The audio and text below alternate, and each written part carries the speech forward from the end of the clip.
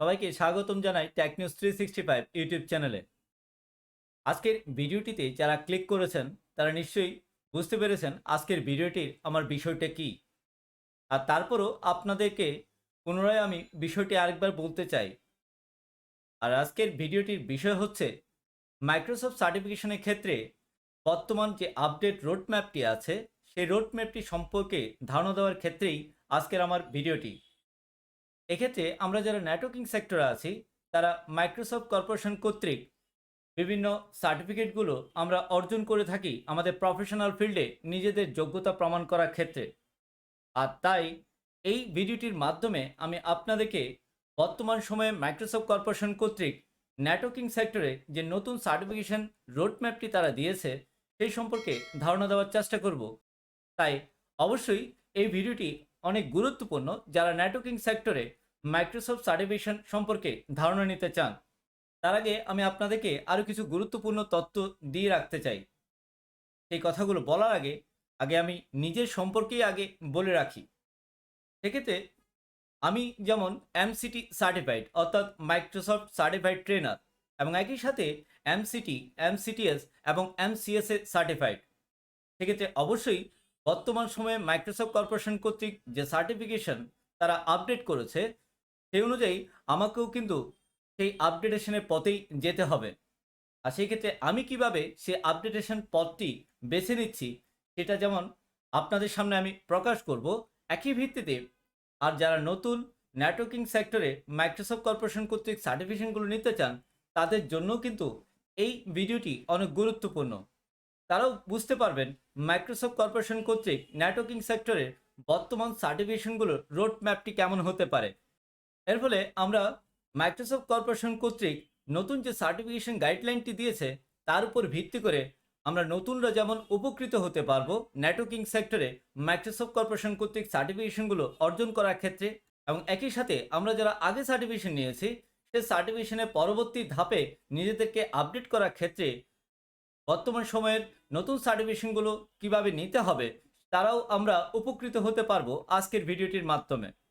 আর সেই সার্টিফিকেশনের রোড ম্যাপটুকু সম্পর্কে ধারণা নেওয়ার আগে কিছু সময়ের জন্য আমরা ঘুরে আসতে চাই টেক নিউজ 365 ইউটিউব চ্যানেলের ইন্ট্রো থেকে।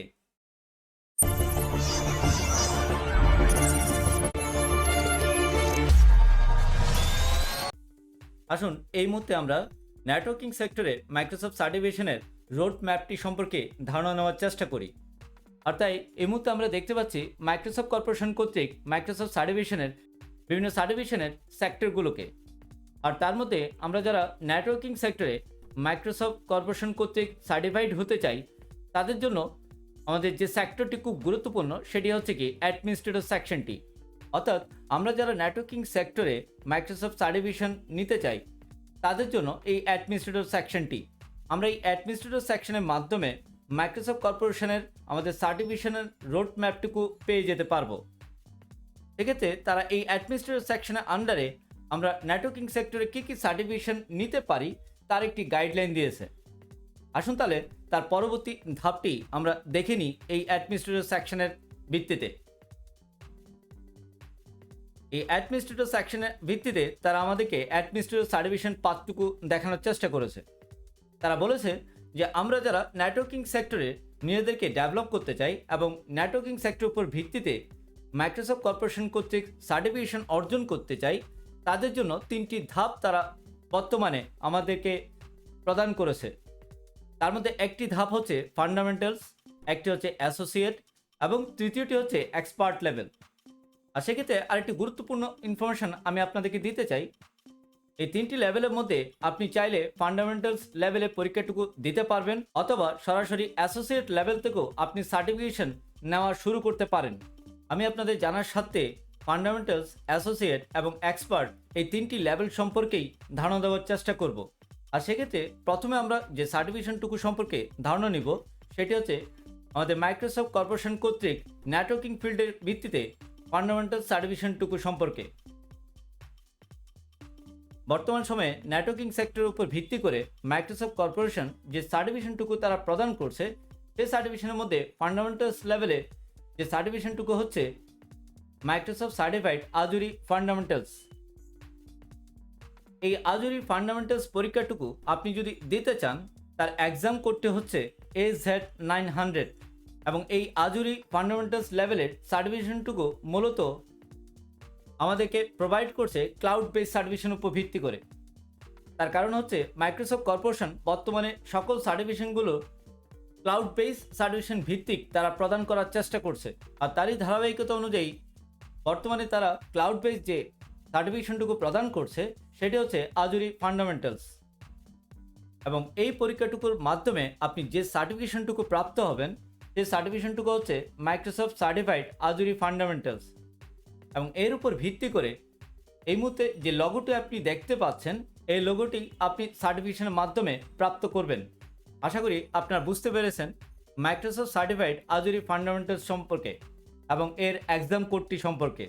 এখন আমরা নেটওয়ার্কিং সেক্টরে মাইক্রোসফট কর্পোরেশন কর্তৃক অ্যাসোসিয়েট লেভেলের যে সার্টিফিকেশনটুকু আমরা নিতে চাই সেই সম্পর্কে ধারণা নেওয়ার চেষ্টা করি।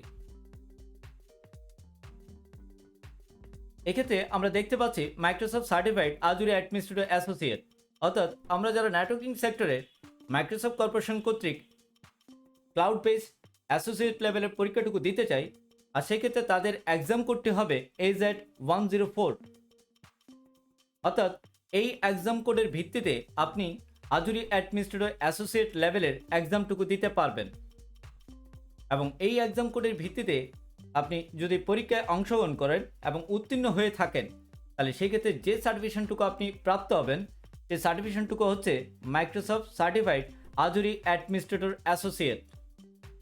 এবং এর উপর ভিত্তি করে আপনারা দেখতে পাচ্ছেন যে লগোটি আপনি প্রাপ্ত হবেন সেই লগোটিকে, আর সেই লগোর মধ্যে লেখা থাকবে আজুরি অ্যাডমিনিস্ট্রেটর অ্যাসোসিয়েট।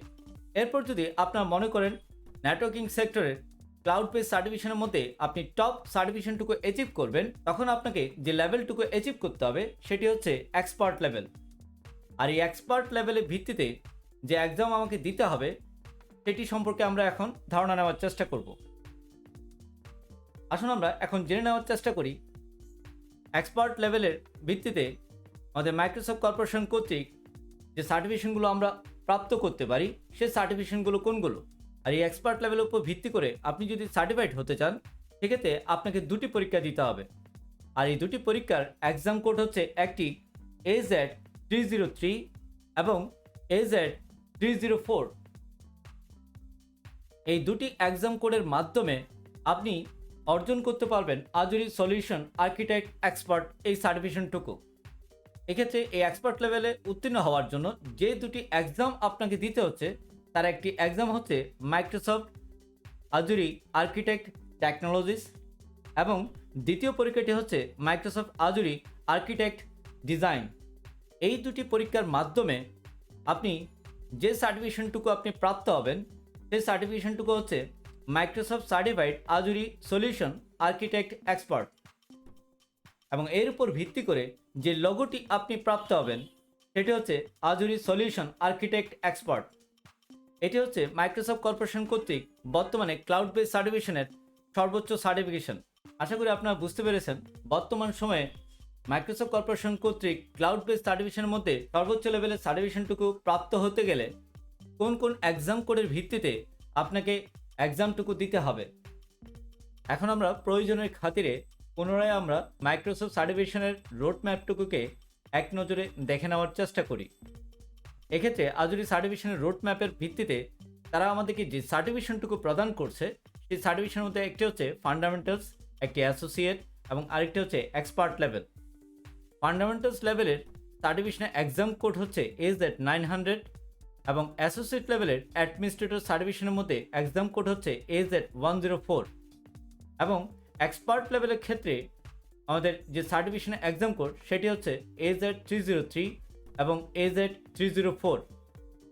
অর্থাৎ আমরা যদি নেটওয়ার্কিং সেক্টরে মাইক্রোসফট কর্পোরেশন কর্তৃক ক্লাউড বেস সার্টিফিকেশন হতে চাই সেক্ষেত্রে আমাদের একটি ধাপ হচ্ছে ফান্ডামেন্টালস, একটি হচ্ছে অ্যাসোসিয়েট এবং আরেকটি হচ্ছে এক্সপার্ট লেভেল। এক্ষেত্রে আমাদের অ্যাসোসিয়েট এবং এক্সপার্ট লেভেলের ক্ষেত্রে ফান্ডামেন্টালস এক্সামটুকু কিন্তু প্রিরিকুইজিট না। তারপরও আপনারা যদি প্রয়োজন বোধ করেন তাহলে অবশ্যই আপনি ফান্ডামেন্টালসের পরীক্ষাটুকু দিতে পারেন। আশা করি আপনারা বুঝতে পেরেছেন মাইক্রোসফট সার্টিফিকেশনের নতুন আপডেটেশন ভিত্তিক তার সার্টিফিকেশনের রোডম্যাপটুকু। আমি খুব অল্প সময়ের মধ্যে বর্তমান সময়ে মাইক্রোসফট কর্পোরেশন কর্তৃক তাদের সার্টিফিকেশনের রোডম্যাপটুকু সম্পর্কে ধারণা দেওয়ার চেষ্টা করেছি। আর তাই ভিডিওটির শেষ প্রান্তে আসার পরও তারপর কিছু গুরুত্বপূর্ণ কথা বলে রাখতে চাই। যারা এই মাইক্রোসফট কর্পোরেশন কর্তৃক নতুন আপডেটেড ক্লাউড বেস সার্টিফিকেশনগুলো নিতে চান, তাদের অবশ্যই একটি প্রিরিকুইজিট আছে। অর্থাৎ যারা মাইক্রোসফট কর্পোরেশন কর্তৃক সার্ভার অপারেটিং সিস্টেমের উপর ভালো দক্ষতা আছে, তারাই কিন্তু এই সার্টিফিকেশনটুকু অর্জন করতে পারবেন। আর এক্ষেত্রে যারা এমসিএস এ সার্টিফাইড হয়েছেন আগে থেকে, তাদের জন্য এই সার্টিফিকেশনগুলো অর্জন করা অনেক সহজ হবে। আর যারা এই নতুন সার্টিফিকেশনগুলো অর্জন করবেন, তাদের অবশ্যই মাইক্রোসফট কর্পোরেশন কর্তৃক উইন্ডোজ সার্ভার অপারেটিং সিস্টেম সম্পর্কে একটি ভালো ধারণা নিতে হবে। আশা করি আপনারা বুঝতে পেরেছেন মাইক্রোসফট কর্পোরেশন কর্তৃক নেটওয়ার্কিং সেক্টরে এই নতুন সার্টিফিকেশনের গাইডলাইন সম্পর্কে।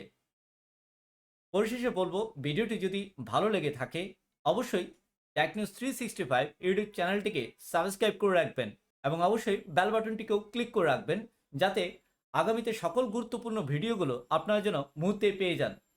আজকে এইটুকুই রাখলাম। সবাই ভালো থাকবেন। ধন্যবাদ।